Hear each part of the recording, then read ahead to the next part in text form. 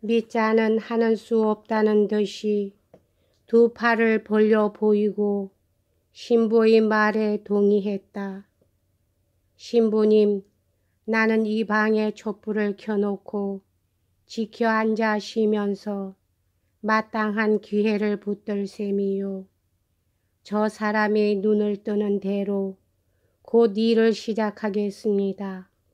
물론 촉값은 내가 치를 테니까요. 하고 그는 산지기에게로 고개를 돌렸다. 그리고 숙박료도 지불하겠소. 하여간 드미트리 까라마조프가 시시한 인간이 아니라는 걸 알게 될 겁니다. 그런데 신부님, 어떻게 자리를 잡아야 할지 모르겠군요. 신부님은 어디서 주무시겠습니까? 괜찮습니다. 나는 집으로 돌아가겠습니다.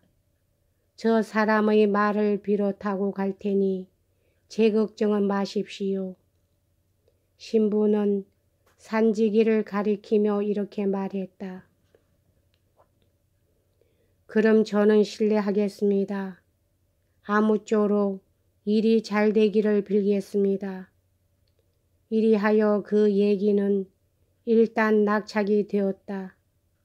신부는 산지기의 말을 빌려 타고 떠났다. 그는 귀찮은 일에서 겨우 빠져나온 것이 무척 기뻤으나 도대체 자기의 은인 격인 표도로 파블로비치에게 내일 이 야릇한 사건을 알릴 것인지 어쩔 것인지 망설이며 난처한 듯이 고개를 내저었다.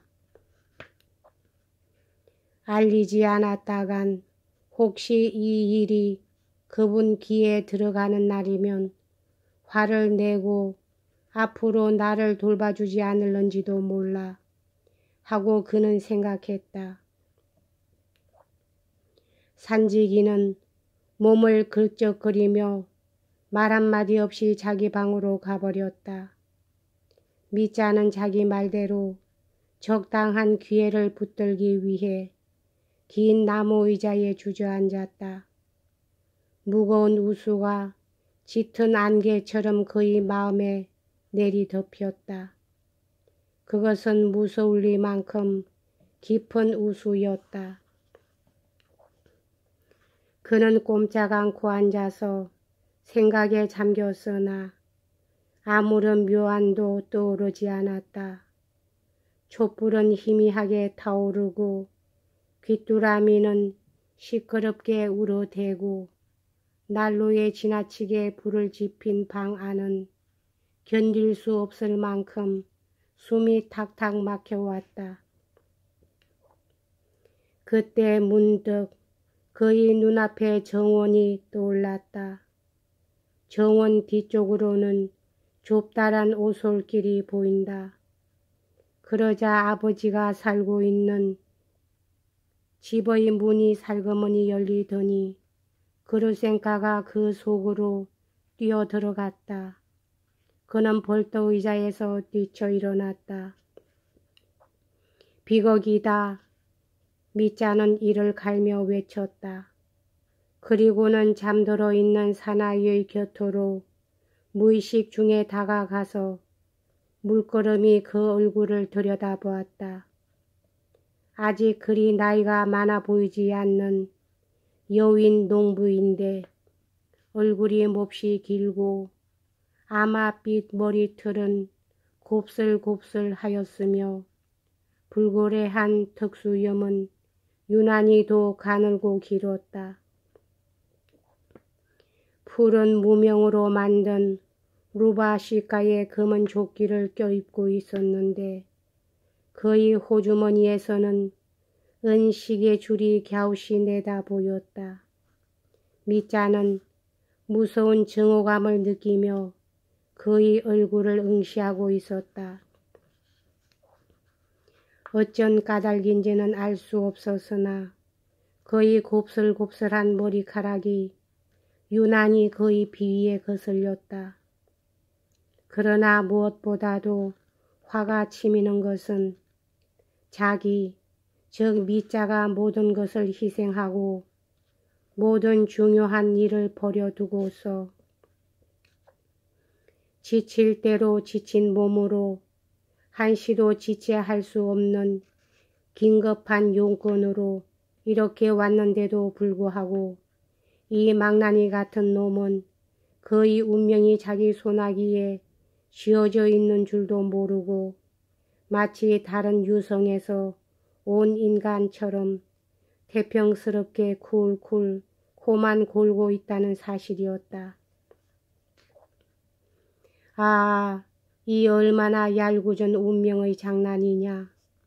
이렇게 소리치고 난 미자는 갑자기 이성을 잃고 다시금 술이 취해 곤드라진 그 농부를 깨우기 시작했다. 그는 광포한 기세로 상대방을 잡아당기기도 하고 쿡쿡 찔러 보기도 하고 심지어는 때려 주기까지 하면서 어떻게 해서든지 그를 깨워 보려고 했다. 그러나 이렇게 5분가량 헛된 수고를 하고 난 뒤 아무런 소득도 없이 그는 절망에 빠져 맥없이 의자로 되돌아와 털썩 주저앉고 말았다. 어리석지, 어리석은 짓이야 하고 미자는 외쳤다. 게다가 이 무슨 비열한 짓이람. 갑자기 무엇을 생각하였는지 그는 덧붙여 말했다. 머리가 지근지근 쑤시는 듯이 아파왔다. 다 집어치우고 차라리 돌아가 버리고 말까 하는 생각이 머리에 떠올랐다. 아니다. 아무튼 아침까지 기다려보자. 억지로라도 남아있어야지.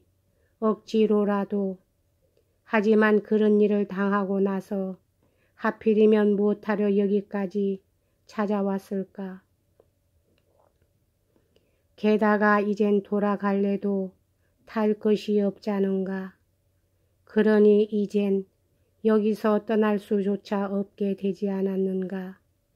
아, 뭐가 뭔지 모르겠구나. 그러나 머리의 아픔은 점점 더 심해왔다. 그는 꼼짝 않고 앉아있는 동안 자기도 모르는 새 꾸벅꾸벅 졸다가 앉은 채로 잠이 들고 말았다. 아마도 2시간, 아니 그 이상 더 잠을 잤으리라. 그는 문득 견딜 수 없이 머리가 쑤셔오는 바람에 잠을 깼다. 소리라도 지르고 싶을 리만큼 견딜 수 없는 아픔이었다. 양쪽 관자놀이를 무엇인가로 쿡쿡 쑤시는 것 같아서 금세 머리가 빠개지는 듯 싶었다. 눈을 뜨고서도 한참 동안 그는 정신을 가다듬을 수 없었고 자기 몸이 어떻게 되었는지조차도 알 수가 없었다. 마침내 그는 난로에 지나치게 불을 뗀 탓으로 무서운 탄산가스가 방 안에 가득 차서 하마터면 질식해서 죽을 뻔했다는 것을 깨달았다. 그러나 술이 취한 사나이는 여전히 코를 골며 늘어지게 잠을 자고 있었다. 촛불은 다 타들어가서 금방이라도 꺼질 듯이 보였다. 미자는 커다랗게 소리를 지르며 비틀거리는 발걸음으로 복도를 건너 산지기의 방으로 달려갔다. 산지기는 곧 눈을 떴다. 그리곤 건넌 방에 탄산가스가 가득 찼다는 말을 듣고 곧 뒤처리를 하러 나오기는 했으나 그 태도가 너무도 태연한데 미자는 적이 놀라지 않을 수 없었고 한편으로는 화가 치밀어 올랐다. 그러다가 저 녀석이 죽으면, 저 녀석이 죽어버리면 그땐 난 어떡하지? 밑자는 산지기에게 미친 듯이 소리쳤다. 그들은 방문과 창문을 열고 굴뚝마개까지 뽑았다. 밑자는 복도에서 물통을 들여다가 우선 자기 머리를 적시고 나서 다음에는 흥겁 조각을 찾아내어 그것을 물에 담갔다가 야가 부이의 이마에 얹어주었다. 그러나 산지기는 여전히 이 일을 대수롭지 않게 여기는지 창문을 열어 젖히고서 이젠 괜찮을 겁니다 라고 무뚝뚝하게 한마디 내까리고는 불이 켜져 있는 무쇠 등잔을 밑자에게 남겨둔 채로 다시 잠자리로 돌아가 버렸다. 밑자는 머리에 냉수찜질을 해주며 하마터면 질식해 죽어버릴 뻔한 주정뱅이를 돌보느라고 30분가량 분주하게 움직였다.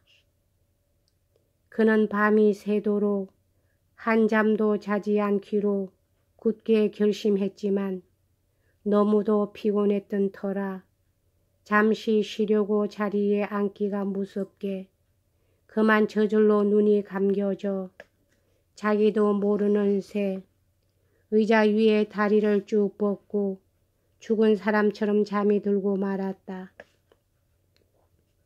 그가 눈을 뜬 것은 시간이 꽤 지나서였다. 아마도 벌써 아침 9시경은 된 모양이었다. 여기까지 하겠습니다.